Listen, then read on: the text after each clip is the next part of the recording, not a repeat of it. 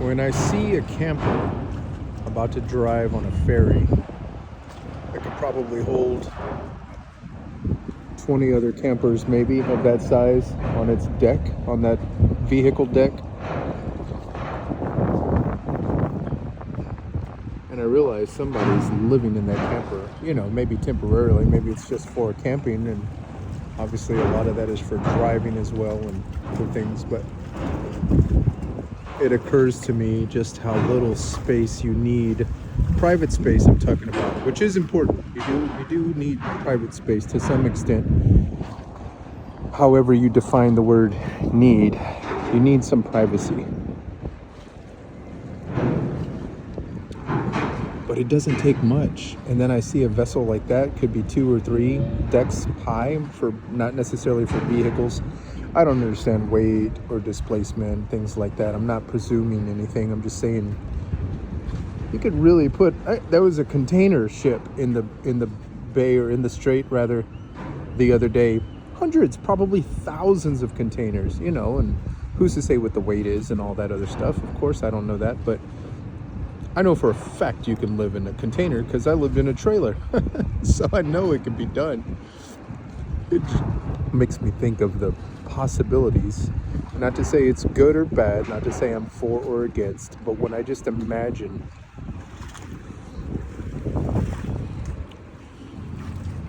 what it would look like to shift a population off of land and let the land return to some sort of equilibrium, and for people's footprint, just their footprint, not to say you had to stay on the ship or anything, but that's where you live, that's where your grocery store is, that's where your gym is, and something like that. And you could move to where the weather was nice, I don't know, it's a far-fetched fantasy, but aren't all fantasies far-fetched? I just love thinking about doing that. And you probably don't even need that much space. Need again, like, you could be eating in a common area, and there could be community restrooms and showers and things like that. That's all, just teasing the idea, of course. But I love imagining that, just living on something like that, and being in Port Angeles today and being in Los Angeles in 3 days, or however long it takes a ship to get that far. Crazy. I'm also talking to keep Luna calm because she's a little nervous. It's sunset, so she's anticipating fireworks. We're by the water. We're over the water. There's loud noises, where she's not totally familiar with that ferry or whatever. So I'm kind of talking just to let her know that it's all good.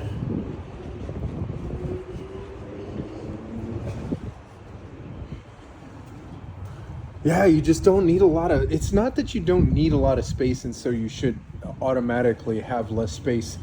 We just sat in and it was a common area,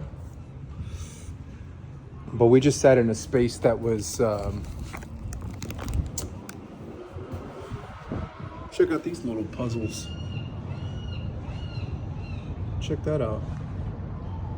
Mini shaped puzzle. Sweet. Shout out ADD. We were just in it's like a mixed use, a shared space, and there's a retail component and then like a component that's open to the public for like entertainment. They've got games, karaoke, they host music events, ping pong, books, Wi-Fi. That's what we were there for. I was trying to get some videos uploaded because I'm just not having a lot of luck with videos out here. Either because of the connection, because of my service, my carrier, my provider, or because of my phone. Any of those three could be, and they're all janky in their own respect. Just as a matter of fact, they're all taking something off the table that I need. But we were sitting in there and it's just vacuous, giant space. It used to be a garage and it used to be a dealership. So, you can imagine a big dealership with cars parked in there. And now it's kind of this space. And then there's a shop in the back that's more for the artists and crafts people that have pay for that space. So, you know, if you couldn't have a wood shop at home, you can pay to have your wood shop there. That sort of thing. I'm maybe not explaining it right, but like, yeah, it's nice to have that big space. It really is nice to have that space. And this had a lot of natural light, which was the trade-off, because I didn't want to spend our afternoon inside, but we were facing the sun. I needed to get these videos uploaded. It was today or never, really, in some respect, and so it worked out. But yeah, I'm not saying not having space. I'm just saying, like, you don't like, so much space in our living place is just dedicated to like empty space, unused space. Whereas when you get on like a cool tugboat or one of those canal boats that they use, I guess in the UK or wherever, you're like, yeah, I've got everything I need in like the size of, you know, this 12 feet, 18 feet by 8 or 10 or whatever it may be. Literally everything you need, everything you need. And most people are sedentary anyway. And if you're not sedentary, you're not doing your walking in your house. You're out doing it somewhere else. So I don't know. It just makes me think. It makes me think about how much space we actually need, and what our options are moving forward. Because granted, there's a lot of space on this planet, plenty of space for the people who are here, and space for the food that they need to grow. But you know, you start thinking about stuff like, you know, imagine if you had, let's just say for me, for instance, let's take one of my personal requests, I suppose, would be sparkling water, flavored sparkling water, unsweetened. See, here goes this camper onto this van, onto this ferry rather. That's a whole, you know, that's a whole dude, or maybe 2 people, maybe 3 if it's a small family, you know, young enough kids. And he's going on. There he goes. He's going to disappear into the belly of that thing. Here's an entire boat, probably the size of that RV as far as like living space. You know, it's probably not much smaller than the RV is. Configured a little differently, but there it goes on that whole thing. But yeah, if you had sparkling water, like right now I go to the store, I get sparkling water, you know, it's in a can. I generally get cans. I try to avoid plastics where possible, and I really have a hard time throwing glass away because it's perfectly good once you're done. Let's just say it's glass, like old Coke bottles. Like, I'm looking at Mexican Cokes in this fridge in this coffee shop right here. Like, whatever happened to returning bottles and recycling them? They just, I don't know, man. It just seems like, okay, if you like black cherry sparkling water and you can get it in whatever a bottle size is, and you drink your beverage, you save the bottle, you take the bottle back to wherever they carbonate and flavor the water, and you get another case and you bring it back to your quarters, your billeting, and that's it. Whereas now, you know, I mean, I can walk to a grocery store here, but typically a typical person who wants this thing is going to have to drive to the store. Maybe that's a short drive, but it just makes more sense to drive. Or maybe it's a little further, or you're going to, you know, hitch a couple of errands together, so you have to drive. You know, you're running by the grocery store and you're doing like 2 or 3 other things. So driving is the logical means of getting those things done. Perfectly understandable, but you've got to make that trip all the way there to get that. And they're not putting anything in those things that you can't get anywhere. The flavoring, the carbonation, the gas, and the water itself. I'm not saying you would all necessarily manufacture that on a boat, on a ship, on a barge or whatever, but I'm just saying it doesn't have to come from, like, you know, it's not like it's coming from South America and that's the only place that you can get flavoring for that stuff. You can get it anywhere. And then I've got them. What am I going to do with them? Recycle them? I don't know where a recycling plant is. Everywhere that we go, how am I going to find a recycling plant every single place that we go and be there when they're open and make the trip out to get that? And I'm burning a freaking 8-cylinder gas guzzling truck. to get there to recycle, I've already, whatever carbon footprint I may have thought that I was offsetting by recycling is now, you know, I've increased it threefold, fivefold, whatever, just to try to recycle it. So it ends up in the trash. What ends up in the trash, it's anything. It could be a bag of dog poop that you just picked up, and a plastic straw that they gave you a Jack and a Smack but you didn't want, so you're not using it, so you're throwing it away. All that stuff goes to the same place and then just heaps somewhere. If all that stuff was recyclable, you know, if your dog's poop didn't go in a bag, it went in some other, there's a million ways to get rid of dog waste, trust me. I know of a few at least that I've discovered through trial and error. Metal straw, what do you need a straw for anyway? That's my personal take on it. I don't know what the point of a straw is. Like, you don't know how to drink out of a vessel. You know, glass, cans, I suppose you could, I know you can recycle the metal, but I don't know how, if you could just straight up recycle the can with the beverage, but definitely with glass. I mean, you can boil that stuff. I do that. I've got 2 Voss glass bottles that I recycle. You know, I put sparkling water in. So I've got a large container with a lot of water rather than a little 12-ounce container sitting by me all the time.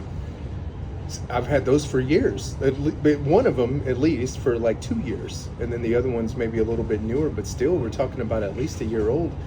It's indefinite. And all I do to clean it is hot water. Just put some hot water in there, not so hot that it's gonna crack the glass, but hot enough that it'll kill the germs. And you shake it up and you scrub off the top and you clean out the top, and you know, you can use that thing indefinitely. I don't know, it just makes me wonder. we create so much waste, so much trash, and it blows my mind when I realize, like, all right, like if these guys were stuck at sea, God forbid, you know, for a month, you know,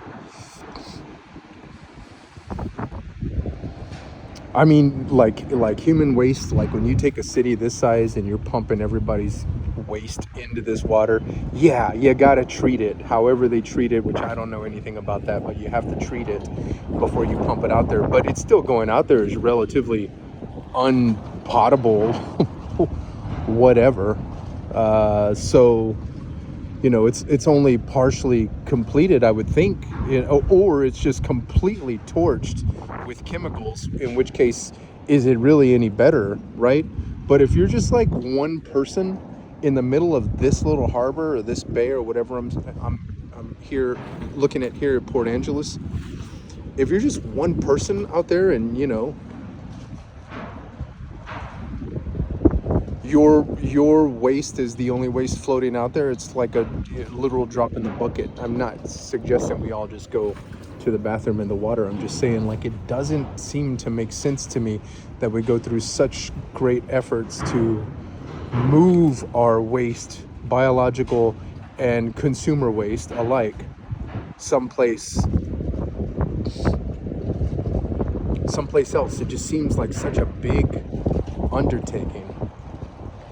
I don't know. Maybe I'm overthinking it. Maybe nobody's thinking about it enough. There goes the last car. So once this gate goes up, you're going to get a short horn, and then you're going to get a long horn. And this vessel, which I'm seeing now, is marked Seattle. So that's an American vessel, a U.S. vessel. Coho is the name of it. Is going to take off for... Luna, do you remember the name of the Canadian town? It's right over there, about an hour and a half. So this is the last one leaving, and the next one leaves tomorrow morning at some point. But we'll see once they get this gate up. Closing it up. There's customs. That's where you enter. You know, that's your... you have to go through customs on the Canadian side, going that direction, then coming back, presumably. I'm sure you've got to go through customs. I'm trying to see. Yeah, there's the line of cars. I don't know how that works. Like, how does the customs I need to do it once just so I know how to do it, even if I screw it up and wind up in, you know, Canadian prison for 20 years. I need to know what it is that I'm supposed to do when I go through there, because not knowing really bugs me. It bugs me so bad. But you can do this as a pedestrian, so I may do that. just to make sure that my passport and my Luna's rabies paperwork hold up, pass the test to get over there. And I'm sure they do, but I don't know. I don't know how anything works. Okay, so they back into this port here in Port Angeles because all of those vehicles entered the stern of the ship. But I'm seeing a door there on the front, so they must exit the bow. Is that the bow of the ship, Luna? On that side, and then they enter the front of the ship on the Canadian side because they exit nose first, headlights first, from the rear of the ship on the US side. So I guess that's how that works.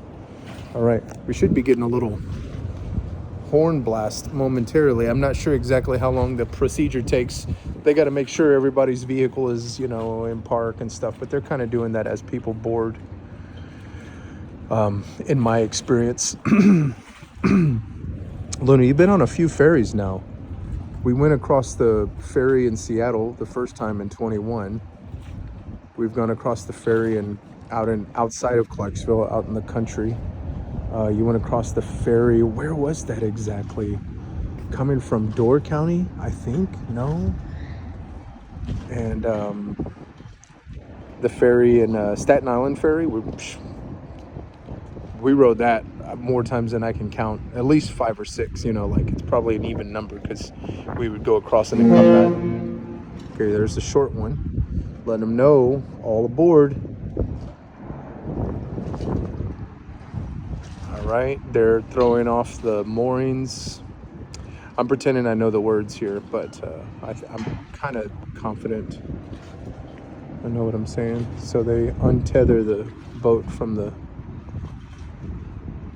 moorings here, and you get a longhorn sound here in just a second.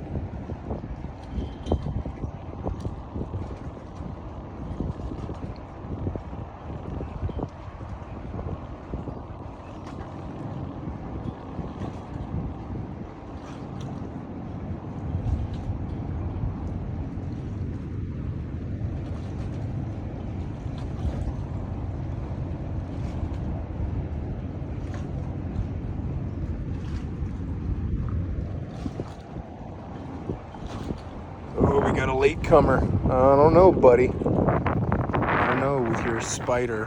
What is that? What kind of card is this? No, turn it around, Holmes. Sorry.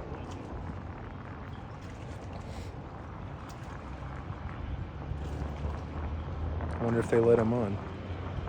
I mean, if they let him that far, presumably they're going to let him on. I would be surprised if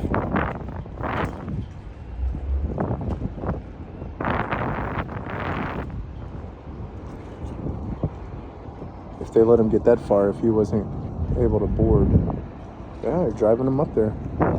Wow, you got lucky, Holmes.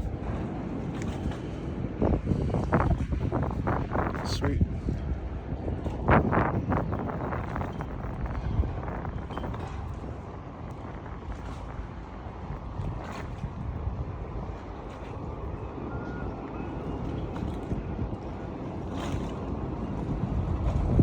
Get ready, Luna. They're taking off.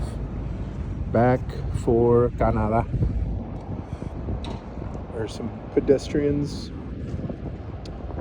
passengers, stowaways headed to the passenger deck. I know that's a nice cold ride up there with the wind blowing. Oh my gosh. By the way, it's like July, what are we on, 18th? 17th, 18th? It's like 50, probably 58 degrees right now if I had to guess. It's been hovering around the high 50s and 60 degrees the last couple of days, fortunately. Definitely got warm. No, that didn't feel like a bird. Okay. All right, so he's telling them to shut it down. That must be what that buzzing noise was. I'm kind of piecing this together. I don't know what I'm talking about, but once that longer one goes, they're turning up the engines and they're headed out.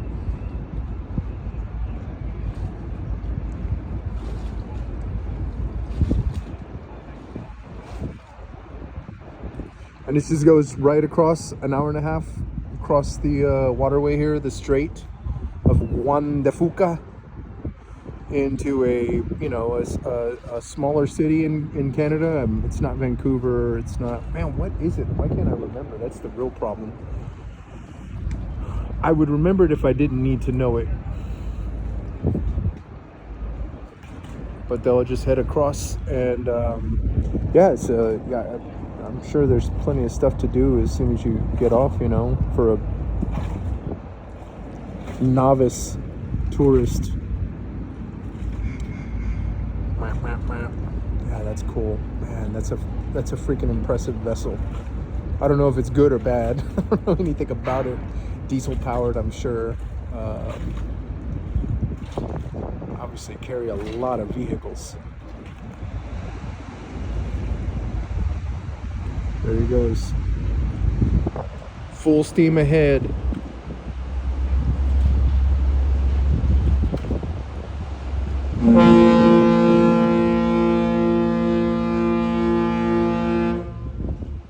There's the long one. Coho, Seattle, registered to Seattle. Bird. Yeah, got him.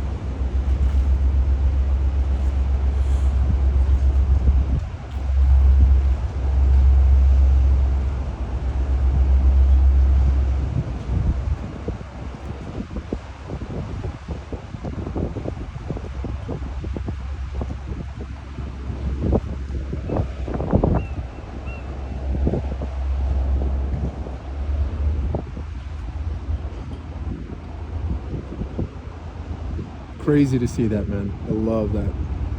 It's beautiful, it's graceful, it's slow, but it's like powerful. It's just churning along. It'll get up. I'm sure it's got a speed limit when you're in the harbor, and you got to slow it down as you're getting close to your other to your destination. Yeah, we're going. But what an impressive feat of engineering, and shout out to anybody that had anything to do with that invention over the course of time. That's wild. I love that. I would love to live on a ship. I don't know if Luna would love to live on a ship. I would love to be on a ship, though. I've never been in any really harsh waves. We're going to ferry in Galveston. We would have had to go on the ferry in Galveston at least once. Sunset. There's another big vessel over there. No idea what it is. Really no idea. Maybe fishing? I don't know. I don't know.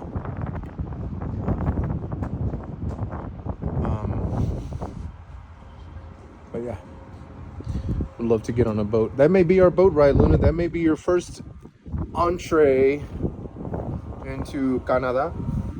Maybe shout out swings and ice cream shops. I'm not even terrified that it's swinging by itself. That may be your entree into Canada. You may arrive by ship. That would be very, very romantic. As opposed to driving. I got no problem with driving, but man.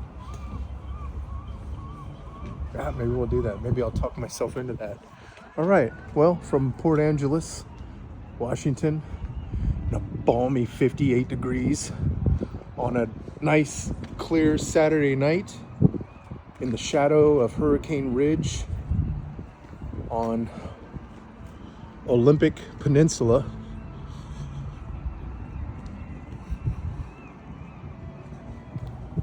Good night to you all. I wish you were here.